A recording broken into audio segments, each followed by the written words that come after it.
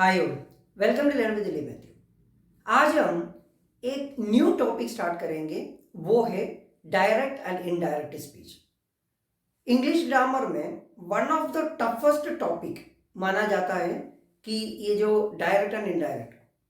सो हम किसी direct speech को इनडायरेक्ट में कैसे चेंज करते, इसके बारे में पढ़ेंगे। अब डायरेक्ट स्पीच को इनडायरेक्ट में चेंज यदि हमें करना है तो सबसे पहले हमें डायरेक्ट स्पीच तो सीखना जरूरी है।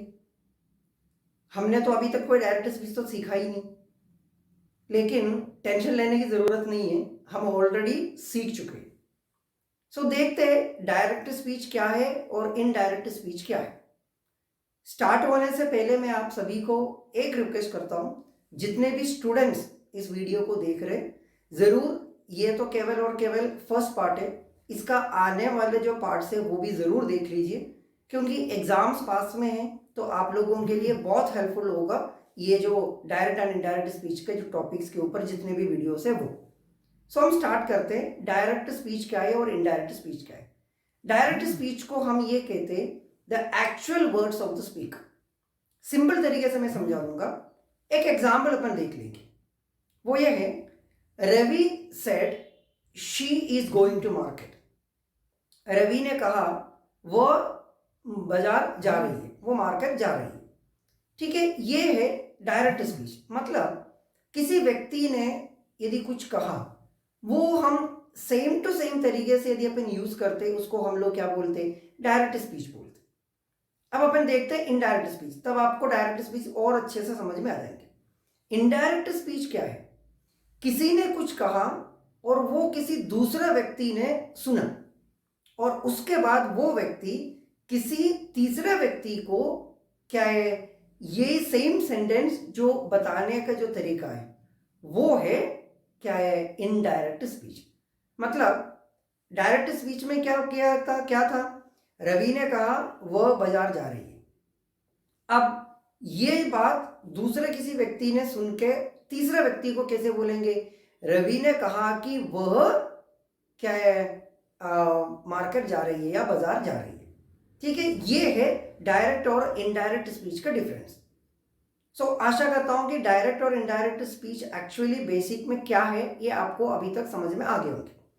अब अपन बहुत बेसिक तरीके से अपन देख लेंगे किसी डायरेक्ट स्पीच को इनडायरेक्ट में चेंज करने के टाइम में हमें कौन कौन सी चीज को ध्यान रखना है या क्या क्या चीज के ऊपर हमें ध्यान रखना है। सबसे पहले आपने देखे होंगे, जब डायरेक्ट स्पीच जब अपन लिखते हैं उसमें रवि सेड, उसके बाद एक कोमा होगा और उसके बाद फिर क्या होता है कि डबल इन्वर्टर कोमा में लिखा है she is going to market. ठीक है, मतलब ये एक तरीके से अपन एक बोल सकते हैं कि ये एक उनका जो बोला गया कोटेशन है। ठीक है, रवि का बोला गया कोटेशन है कि she is going to market. अब जब अपन इसको इनडायरेक्ट में चेंज करते उस समय सबसे पहले क्या है, ये जो क्या होता है कि inverted comma, double inverted commas जो है वो हट जाएगा। एक तरीके से अपन शुरू से देख लेंगे। सबसे पहले रवि सेड, उसको वैसे के वैसे मतलब रखना है। उसके बाद जो डबल इन्वर्टर कोमा जो है वो हट जाएंगे। मतलब रवि सेड के बाद जो है she is going to market का जो डबल इन्वर्टर कोमा है वो हट जाएंगे। और रवि सेड और ये डबल इन्वर्टर या जो सेंटेंस जो है रवि ने जो बोला गया जो सेंटेंस है उसके बीच में एक वर्ड ऐड करेंगे, वो है दैट। अब अपन इसको यहां थोड़ी देर के लिए रोक लेंगे और उसके बाद टेक्निकली हम क्या है, रवि सेड को क्या बोलते और she is going to market को क्या बोलते, ये अपन देख लेंगे। रवि सेड को हम इनडायरेक्ट स्पीच में कहते रिपोर्टिंग वर्ब। मतलब डबल इन्वर्टर कोमा जो है उसके पहले वाला जो एरिया है उसको हम क्या कहते हैं, रिपोर्टिंग वर्ब। मतलब रवि सेड जो है उसको अपन बोलते हैं रिपोर्टिंग वर्ब बोलते हैं। अब क्या है, जो कोटेशन है या जो सेंटेंस डबल इन्वर्टर कोमा के अंदर है उसको हम बोलते हैं रिपोर्टिंग स्पीच। ओके, उसको अपन रिपोर्टेड स्पीच, इसलिए हम इनडायरेक्ट स्पीच को रिपोर्टेड स्पीच भी बोलते हैं। सो एक बार और ध्यान रखना, कि जो रवि सेड जो है उसको हम बोलते हैं रिपोर्टिंग वर्ब, और जो डबल इन्वर्टर कोमा के अंदर जो सेंटेंस है उसको हम कहते रिपोर्टेड स्पीच। अब अपन एक बार देख लेंगे कि जब अपन किसी डायरेक्ट स्पीच का सेंटेंस को इनडायरेक्ट में जब अपन चेंज करते उस समय सबसे पहले हमें क्या करना पड़ेगा, जो डबल इन्वर्टर कोमास को हटाना पड़ेगा। पहले रिपोर्टिंग वर्ब वैसे के वैसे लिखेंगे रवि सेड, उसके बाद एक वर्ड ऐड करेंगे वो है दैट, रवि सेड दैट। उसके बाद क्या है, डबल इन्वर्टर कोमा हट जाएंगे और उसके बाद शी, और उसके आगे लिखेगा she was going to market. अब ये इज वॉज क्यों आया, कैसे आया, इसके बारे में आपको ज्यादा सोचने की जरूरत नहीं है, वो हमारे नेक्स्ट क्लास में हम पढ़ेंगे। मतलब सिंपल से आप अभी समझ के रखना, जब अपन किसी सेंटेंस को डायरेक्ट से जब इनडायरेक्ट में जब चेंज करते हैं तो वो रिपोर्टेड स्पीच का जो टेंस है उसमें भी चेंजेस होगा, लेकिन वो इतना ज़्यादा हेडेक वाला चीज़ तो है ही नहीं। जब नेक्स्ट क्लास में मैं बता दूंगा आसानी से आपको समझ में भी आ जाएंगे, क्योंकि अभी मैं उसके बारे में बोलूँ तो उसमें बहुत ज़्यादा टाइम लगेगा। सो उसके लिए अपन नेक्स्ट क्लास के लिए रखेंगे।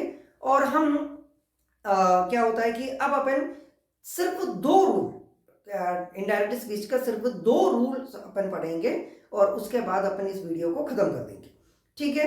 सो सबसे पहला वाला रूल ये है, if the reporting verb is in present और future tense there will not be any change in the tense of reported speech.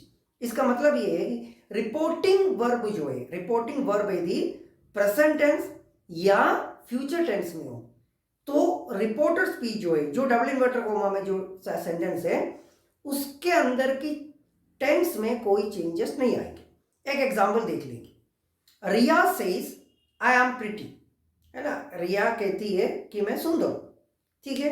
अब जब अपन इस सेंटेंस को इनडायरेक्ट स्पीच में जब अपन चेंज करेंगे उस समय सेंटेंस कुछ इस तरीके से होगा, Riya says that she is pretty. अब आई शी कैसे हो गया उसके बारे में भी हम नेक्स्ट क्लास में पढ़ेंगे। So Riya says that she is pretty. अब अपन एक और देख लेंगे फ्यूचर के साथ, he will say Arun will come tomorrow.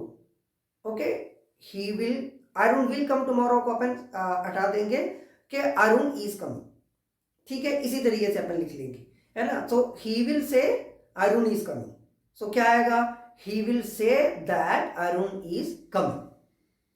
अब क्या है कि इससे आपको एक बात समझ में आ गया कि रिपोर्टिंग स्पीच यदि प्रेजेंट या फ्यूचर टेंस में है सो रिपोर्टेड स्पीच का टेंस में कोई चेंजेस नहीं होगा। अब दूसरा रूल अपन पढ़ेंगे। दूसरा रूल ये बता रहे हैं, if the reported speech is a universal fact there will not be any changes in the tense of reported speech. Reported speech यदि कोई यूनिवर्सल फैक्ट है ना, जो कभी चेंज नहीं होता है ना, ऐसा कोई चीज है, उसके बारे में यदि अपन बात करते तो वहां पर भी टेंस में कोई चेंजेस नहीं होगा। सो अपन देख लेंगे, अमन सेड, अमन ने कहा the sun rises in the east. Okay, so Aman said that the sun rises in the east, कोई चेंजेस नहीं आएगा, सिर्फ एक दैट आएगा और डबल इन्वर्टर कॉमास हट जाएंगे। सो आज के लिए बस इतना ही है, लेकिन मैं फिर आपसे रिक्वेस्ट करता हूं कि ये तो केवल और केवल बहुत बेसिक या बिल्कुल स्टार्टिंग पॉइंट है इनडायरेक्ट स्पीच का। सो आने वाला वीडियोस भी आप लोग ध्यान से ज़रूर देख लीजिए, क्योंकि कुछ स्टूडेंट्स ने मेरे को बता भी दिया था कि सर आप डायरेक्ट और इनडायरेक्ट स्पीच के ऊपर वीडियोस बना दीजिए, लेकिन उस समय हम लोग टेंस और WH क्वेश्चन और पैसिव वॉइस में बिजी थे। उसके बाद डायरेक्ट एंड इनडायरेक्ट स्पीच बताना आप लोगों के लिए भी आसान रहेगा, इसलिए मैंने थोड़ा लेट किया। आशा करता हूँ कि आज का क्लास आप लोगों को समझ में आ गए होंगे। अभी तक जिन लोगों ने चैनल को सब्सक्राइब नहीं किए ज़रूर करिए और दूसरों को भी चैनल के बारे में, वीडियोस के बारे में ज़रूर बता दीजिए। मिलते हैं अगले वीडियो में। Thank you so much.